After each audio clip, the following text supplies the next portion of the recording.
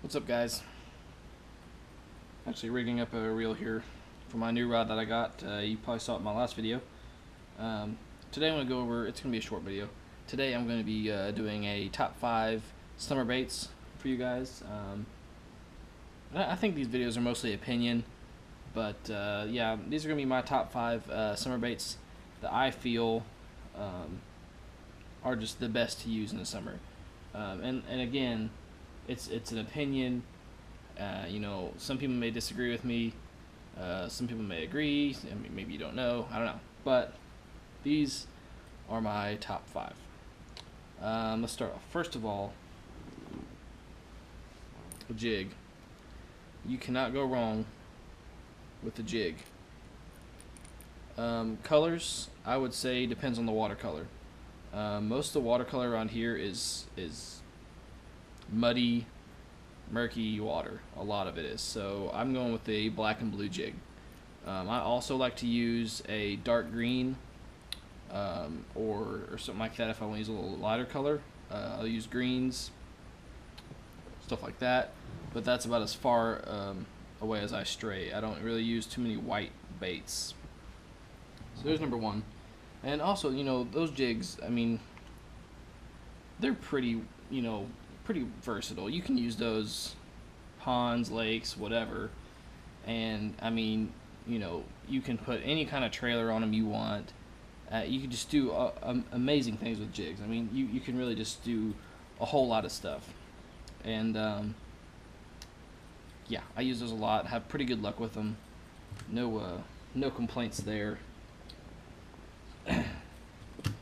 Now, stupid line. Let's keep this. I'm sorry. Now, secondly, I like to use a frog. This is I forget the brand. Just a black frog with black and yellow trailers, or legs, or whatever you want to call it. I'm actually just getting into frog fishing. I haven't really been very into it. And, you know, I don't know, I guess it's where I hadn't had much luck in the past. But I'm just kind of really actually starting to get into it. So, I don't know. This is one of my 2 frogs I have. I only have 2 frogs. This one and a green and yellow one. And again, it's color. Color depends on your water and your weather. You know, if it's like super bright out, you know, I'm going to use the black one. If it's cloudy or something, you could probably use the white or green, yellow, something like that. Pretty versatile as well. You know, I mean, you can fish pads, grass, you know, just run along a bank line if you're bank fishing, something like that. And it all does pretty good. So I do like frog fishing. Plus, I mean, it's not often that you know, with like many other baits you get the hit like you do on a frog. You know what I mean? Like frog fishing, you know, they jump out of the water sometimes. You know, they'll roll. It's just really cool fishing.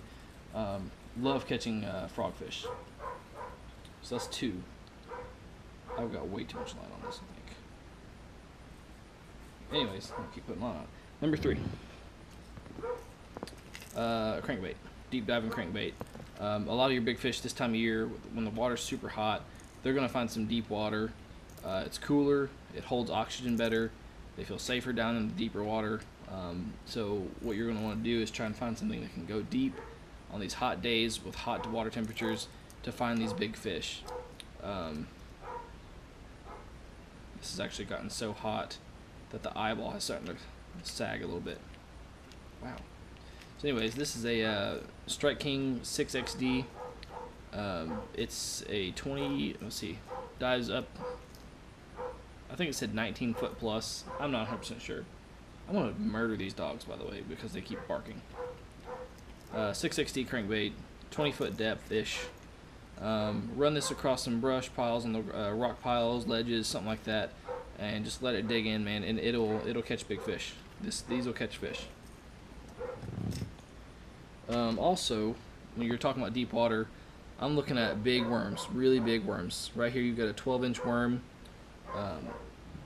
I've got some 10.5s as well. This is a 12-inch worm with a curly tail, and look at the glitter in this thing, guys. Look at the glitter in this thing. Can you see it? I mean, it is just wild. Blue and green glitter. And this thing is fat. I mean, it's as fat as my finger. I don't know if you can see it. It's a big worm, man, and it's 12 inches long. This is going to catch monster bass. I mean, you take this, sink it down in the main water, somewhere on a ledge, brush pile, rock pile, some kind of structure on some deeper water, and this will catch big fish. This will catch big fish.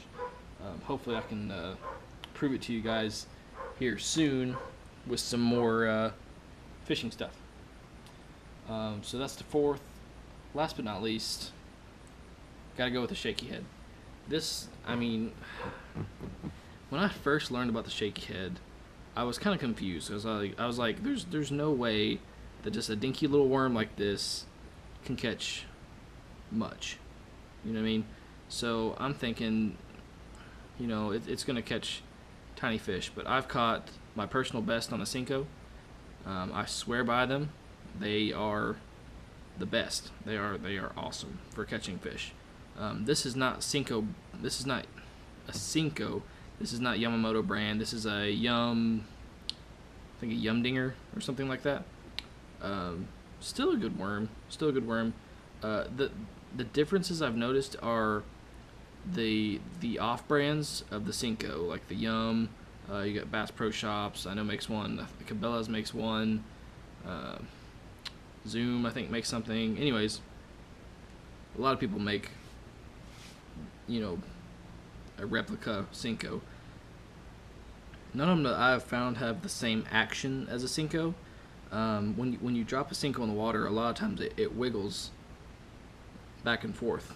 It'll sit there and wiggle all the way down. And these guys don't have the same wiggle to them. You know what I mean? They do, some of them a little bit, but it's just not the same. Also, I've noticed that the Cinco, Yamamoto brand Cinco, it drops. I mean, just quick, super fast. It's got a fast drop and it just wiggles like crazy the whole time. Crazy action on the actual Cinco. Whereas these, they drop kind of slow. Maybe they're a little nose heavy, and they just kind of like small shakes. Nothing crazy. They still work. I'm not dissing these guys. I use these a lot. They work very well. Texas rig, any wacky rig, any kind of rig, whatever. Super versatile, but not the same action as a Cinco. A positive side to the off-brand is I have noticed that they last longer on your hook. They're cheaper by far, about half the price on average, and they last longer. For some reason, I don't know what it is about the Cincos, but they have not been lasting me but one or maybe two fish per worm, and it is literally just broken in half and falling apart, and I'll have to put a new worm on, and that gets expensive because the Yamamoto Cincos are $8 a pack on average, and that's expensive, especially when these guys are only 3 or 4.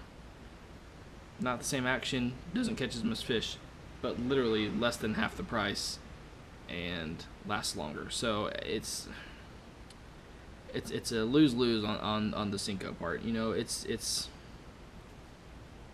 whatever you want. If you've got the budget to get a Cinco, I would say get the Cinco. It's just you're gonna be putting a new worm on a lot more often. But those are my 5 baits, guys. Top 5, and I'm not saying that like those are the only baits you guys need to use. I mean, there's plenty of baits out there that I would still use. I mean, really, right now, you're looking at like top water baits with your warm weather. You're looking at soft plastics as a whole. I mean, you can't really go too wrong with soft plastics. I mean, baby brush hogs are going to do good. Regular brush hogs are going to do good. Finesse worms, shaky heads. I should have added that one. That's going to be my 6th. I'm going to add a bonus one in here. A shaky head worm. A shaky head worm will do good. It will do awesome. It's going to really draw in those fish that don't feel like biting.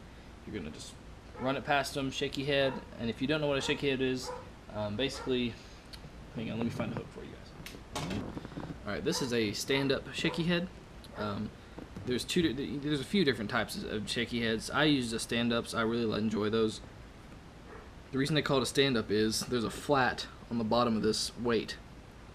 On that flat, what it does is you thread your worm onto that spring right there. Probably can't see it. Thread your worm onto that spring and then rig it up kind of like a Texas rig. What you're going to do is when you tie it on, you're going to throw it out there. It's going to sink all the way to the bottom. This is going to be one of your longest casts ever to do it correctly. I fish them kind of fast, which is incorrect, but it still works for me. Take them out and let them sink on the bottom.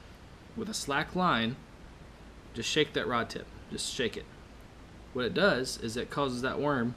I'll use the Cinco as a reference. You've got your finesse worm hooked up, right? It's going to make that tail sit there and shake. And just on the bottom. Then what you do is you just kind of drag them forward, and it's going to go and stop. Shake it again. This works amazing. It works amazing. They do great. I mean, you can't beat a shaky head. It's weedless. It catches fish like crazy, and they're easy. You know, it's just you can't beat a shaky head. I don't know why I didn't put that in my top 5. I don't know. I use a lot of stuff, but shaky head, very good, very good, very good. Alright guys, so like I said, it's going to be a little short one. Those are my top 5 with the bonus 6 summertime baits. I'm going to finish setting this rod up, and yeah, hopefully we'll go fishing here soon. Tomorrow, looking to go do some fishing. I don't know where or what or how, but probably going to do some fishing tomorrow, some way, somehow. And yeah, we'll record that and you'll see it. So thank you guys for watching. As always, if you like the video, don't forget to like the video and subscribe. If you want to see more of these videos, subscribe, guys. I'll be doing all kinds of different stuff. And if you've seen my my boat review video, I went over the lights I've installed on my boat. If any of you guys are interested on the lights that I put on my boat, I can go over and make a video how I installed them, where I got them from, everything. I can do all that for you. It's really easy. It's really easy. Just all you gotta do is just let me know. But yeah, I'll be doing more vlogs. I'll be doing more videos like these where I just kind of tell you guys what I think is the best in the given situation. Maybe I'll do a pond fishing one, ponds only, or I can do a lake one only. I don't know. It just kind of depends on what I'm doing or what I come up with. So anyways, thank you guys for watching. Don't forget to like, don't forget to subscribe, and I'll see you on the next one.